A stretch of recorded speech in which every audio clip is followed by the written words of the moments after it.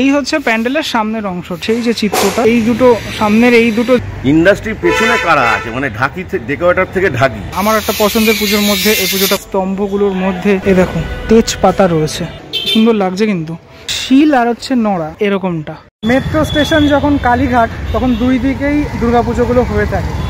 একদিকে যেরকম মানে গড়িয়াহাটের দিকে যেরকম বেশ কিছু পুজো হয়, আবার এই দিকটাতে মানে চেতলার দিকে বেশ কিছু পুজো হয়।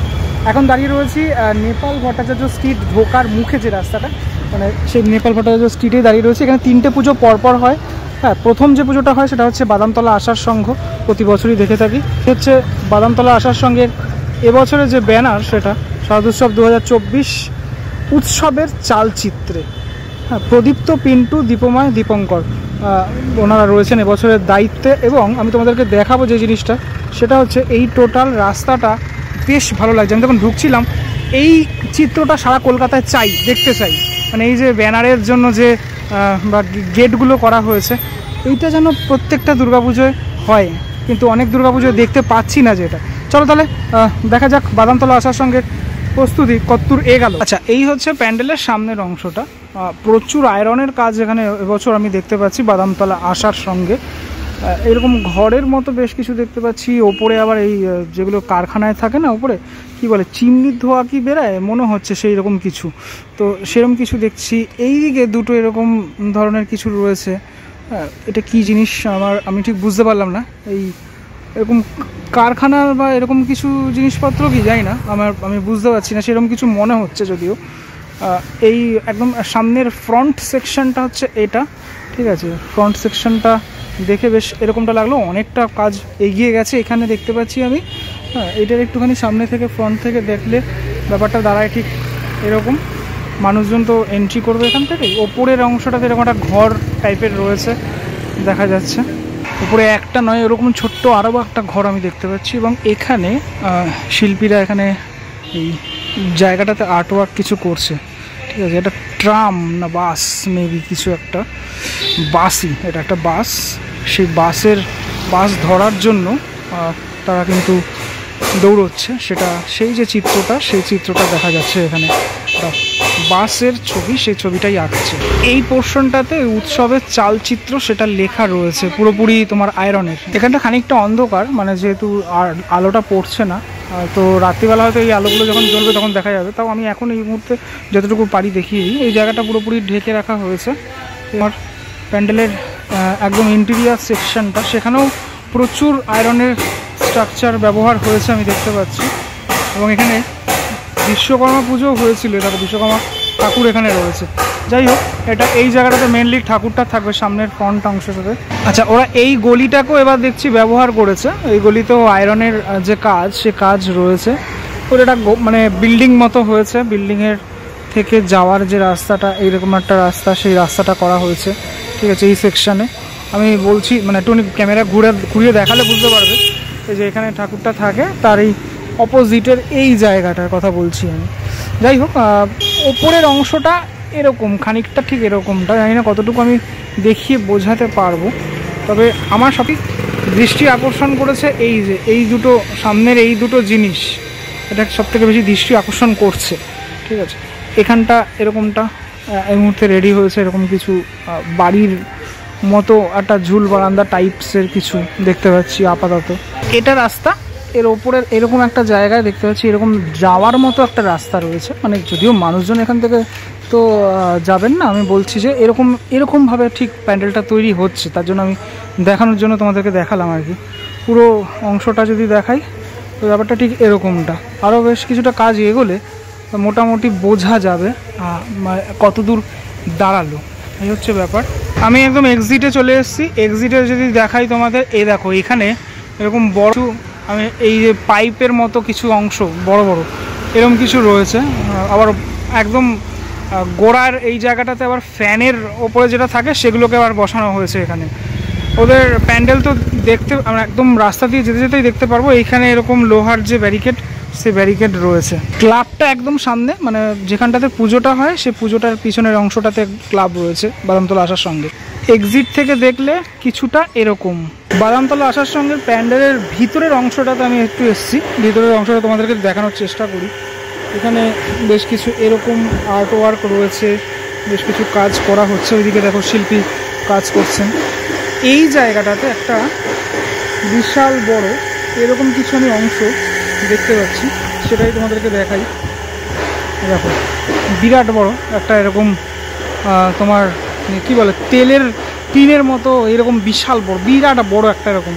তো এটা এখন অবধি ক্লিয়ার নয়। এই পাশে একটা এরকম মুইয়ের মতো কিছু রয়েছে এই অংশটাতে। এটা একটু দেখাই তোমাদের। দেখো এই যে মূর্তি বানানো হচ্ছে, মানে একজন শিল্পী তিনি কিন্তু মায়ের মুখমণ্ডল নিয়ে রয়েছেন। অসাধারণ যে আঁকাটা, এখানে আরও একটা এই যে আঁকাটা আঁকা হচ্ছে, বাহ দারুণ লাগছে দেখতে। বাকি ভিতরের অংশগুলো তো প্রচুর মেটালের কাজ, প্রচুর ব্যবহার হয়েছে। ওই ওপরের অংশটাতে টোটালটা এরকম অনেক আয়রনের কাজ এবছর দেখতে পাচ্ছি, ইউজ করা হয়েছে আয়রন।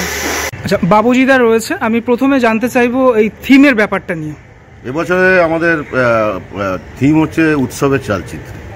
আমরা যেটা বোঝাতে চাইছি সেটা হচ্ছে যে দুর্গাপুজো আগে যেমন হতো, আগে আমাদের ছোটোবেলায় আমরা যেমন নিউ মার্কেটে জামা প্যান্ট কেনা, বাটার জুতো কেনা, হেমন্ত মুখোপাধ্যায়ের ক্যাসেট, এইসব নিয়ে ব্যস্ত থাকতাম। এগুলো কখন হবে রিলিজ সেইগুলো নিয়ে আমরা চিন্তা ভাবনা করতাম। কিন্তু পুজোটা তো আজকে সেই জায়গায় নেই, এখন একটা ইন্ডাস্ট্রিতে পরিণত হয়েছে। এখানে নানান রকম অর্থনীতি এসে গেছে, জড়িত হয়ে গেছে, এবং তার জন্যে মানে জিডিপিও বেড়ে গেছে। তা আজকে যে ইন্ডাস্ট্রি, সেই ইন্ডাস্ট্রিতে আমরা এখানে পুজোর মাধ্যমে বোঝাতে চাইছি। এবং উৎসবের চালচিত্র, তার মানে এই ইন্ডাস্ট্রির পেছনে কারা আছে, মানে ঢাকি থেকে ডেকোরেটর থেকে ঢাকি, এদের যে একটা জীবন জীবিকা, রুটি রোজগারের পথ, এই 3 মাসের জন্যে বা 3 মাস কাজ করে 6 মাস বা 1 বছর যাদের জীবন জীবিকা করে, সেইটাকেই আমরা এখানে তুলে ধরছি আমাদের পুজো মণ্ডপের মধ্যে। বেশ, এই বছর এই যে থিমটা নির্বাচন করা হচ্ছে সেটা সমসাময়িক দিক থেকে খুব তাৎপর্যপূর্ণ, কেননা এই মুহূর্তে কলকাতায় যে ব্যাপারটা চলছে সেই ব্যাপারটা নিয়ে কি বলবো? ব্যাপারটা হচ্ছে আমাদের তো যে যারা আমরা থিম পুজো করি তারা প্রায় 1 বছর আগে থেকেই ঠিক করে নিই পুজোটা, মানে পরের বছর কে আর্টিস্ট, কে শিল্পী, নানান রকম। সেখানে আমাদের প্রদীপ্তর সাথে যখন আমরা প্রথম কথা বলি, এবার আমাদের আর্টিস্ট হচ্ছে প্রদীপ্ত কর্মকার। তা ও একটা টিম ঠিক করে যে পিন্টুদা ঠাকুর করবে, দীপময়দা সাউন্ড করবে এবং দীপঙ্করদা লাইট করবে। তো সেখান দিয়ে একটা বাজেট ঠিক হয়। সেই বাজেটের পরবর্তীকালে আমাদের খুঁটি পুজো হয় রথের দিনে, রথের পর দিন থেকে আমাদের প্যান্ডেল শুরু হয়ে যায়। সেখান থেকে তো আমরা বাজেট কাটেল করতে পারিনি। আর এই ঘটনাটা ঘটেছে 9ই আগস্ট।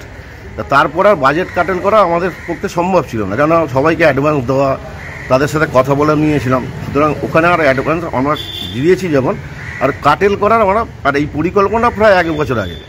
তাই জন্যে প্রতি বছরই সেটা হয়। সেটা জন্য ওই বাজেট কাটেল আমরা করতে পারিনি, আমরা ওই বাজেটেই চলছি। কিন্তু ব্যাপারটা হচ্ছে যে স্পন্সরের দিক দিয়ে আমরা একটু পিছিয়ে। সেটাই।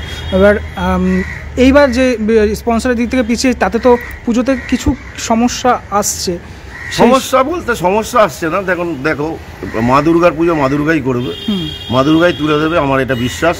এবং আমরা এবছরও ভালো পুজো করব এবং প্রত্যেক দর্শককে আহ্বান জানাচ্ছি তারা ঠাকুর দেখতে আসুক এবং বাদামতলা এবার আবার একটা চমক দিতে চাইছি। একদমই তাই। এই গলির মধ্যে তোমাদের পুজোর যে হিট লিস্টে থাকে, এবছর সেই ব্যাপারটা নিয়ে কতটা আশাবাদী? আমরা প্রচণ্ড আশাবাদী এবং আমার মনে হয় এই জট কেটে গেছে এবং প্রায় কেটে গেছে এবং কেটেও যাবে। এবং আবার মা দুর্গা স্বমহিমায় আমাদের এখানে আসবেন এবং দর্শকরাও আসবে এবং পুজো খুব জমজমাট হবে। একদম, থ্যাংক ইউ দাদা। বাদামতলা আসার সঙ্গে পরে ওই রোডের মধ্যেই 2 পা এগোলেই তোমরা দেখতে পাবে 66 পল্লী ক্লাব। প্রতি বছরই দেখি আমরা সেখানে। এবছরের যে প্যান্ডেলটা, সেই প্যান্ডেলটা এই মুহূর্তে এই অবস্থায় রয়েছে। সেটারই যে প্রস্তুতি পর্ব সেটা এই ভিডিওর মধ্যেই আমি দেখাচ্ছি। প্যান্ডেলের 2 ধারে এরকম যে বাটামের স্ট্রাকচার সেটা রয়েছে এবং রং করার কাজটা চলছে এবং বাঁশ কাটছেও দেখতে পাচ্ছি। চলো ভিতরটাতে যাওয়া যাক, ভিতরটা কীভাবে সাজছে সেটা দেখা যাক।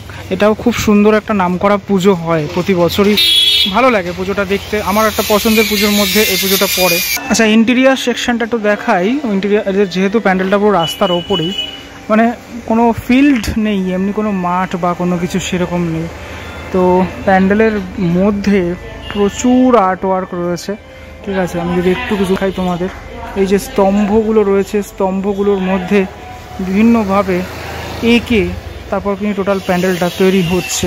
এই যে বাইরে থেকে যেটা দেখালাম রং করছে, এই দিকের অংশটাতে মানে ঢুকলেই আমি দুটো সেকশন দেখতে পাচ্ছি, এরকম একটা সেকশন এবং অপোজিটেও একটা এরকম রয়েছে। এ দেখো স্তম্ভগুলো দেখো কতটা সুন্দর সাজানো টোটাল অংশগুলোতে।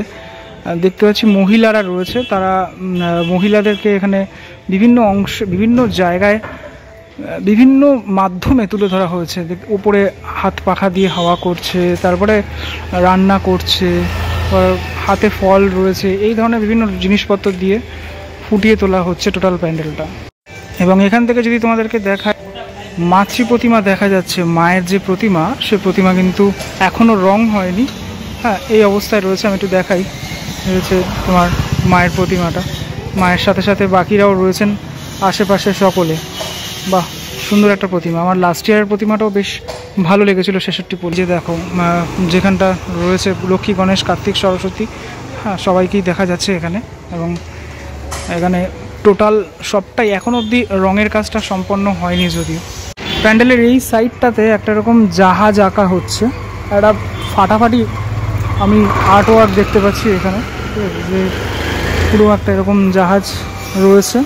এই যে এই ছবিটাই আঁকা হচ্ছে এখানে, ঠিক আছে, এই ছবিটা খুব সুন্দরভাবে এটা করা হচ্ছে, বেশ দারুণ লাগছে এই অংশটা। আর যেটা মূল বিষয় তোমাদেরকে দেখাই, এ দেখো তেজপাতা রয়েছে, হ্যাঁ টোটাল এই জায়গাটা জুড়ে আমি দেখতে পাচ্ছি তেজপাতা দিয়ে টোটাল জায়গাটাকে মুড়ে ফেলা হয়েছে। হ্যাঁ এগুলো কিন্তু অনেক তেজপাতা ব্যবহার করা হয়েছে এখানে। টপটা যদি দেখাই, একদম টপের অংশটা এখানে সিঁড়ির মতো একটা ডিজাইন করা হয়েছে, যেখানে মাতৃ প্রতিমা থাকবে তার একদম ওপরের অংশটাতে। এবং এরকম এই কাপড়গুলো মারা হয়েছে, এগুলো তো রং টং হয়ে যাবে ধীরে ধীরে, যখন রং হয়ে যাবে তখন পুরোপুরি বোঝা যাবে। আমি একটু ওভারঅল ক্যামেরা যদি ঘোরাই তাহলে বিষয়টা দাঁড়ায় খানিকটা এরকম। এই অ্যাঙ্গেল থেকে মাতৃ প্রতিমা একটু দেখাই, এবার এখান থেকে ভালোভাবে বোঝা যায়।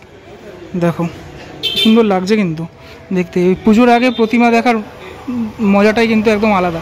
এখানে ছোট্ট মহাদেব রয়েছেন একদম সামনের অংশটাতে, বাহ দারুণ লাগছে।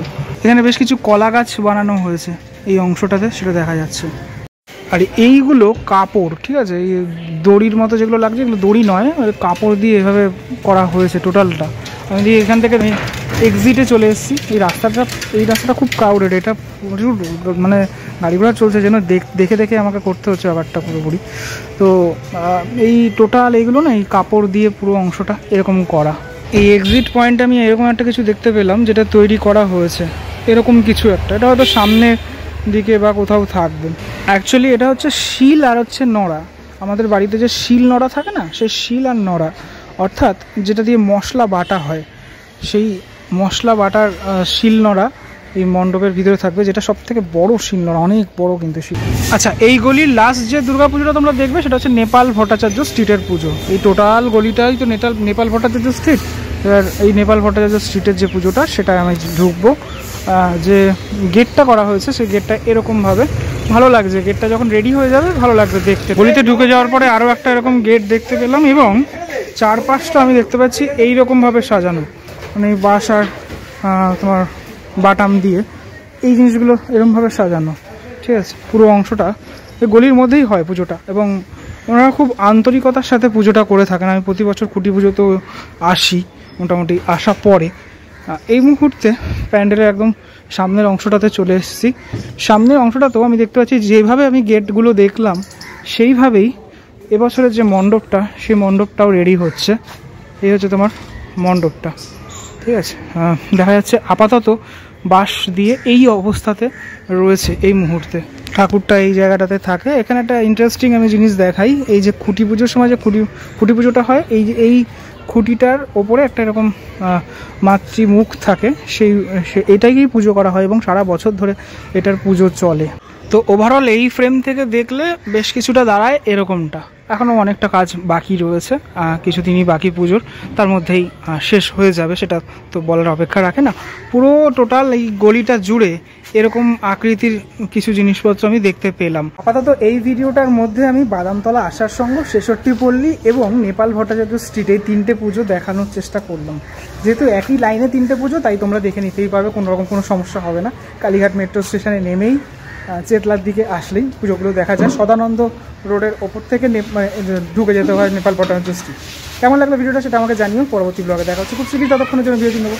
ভালো থাকবে সবাই, টাটা।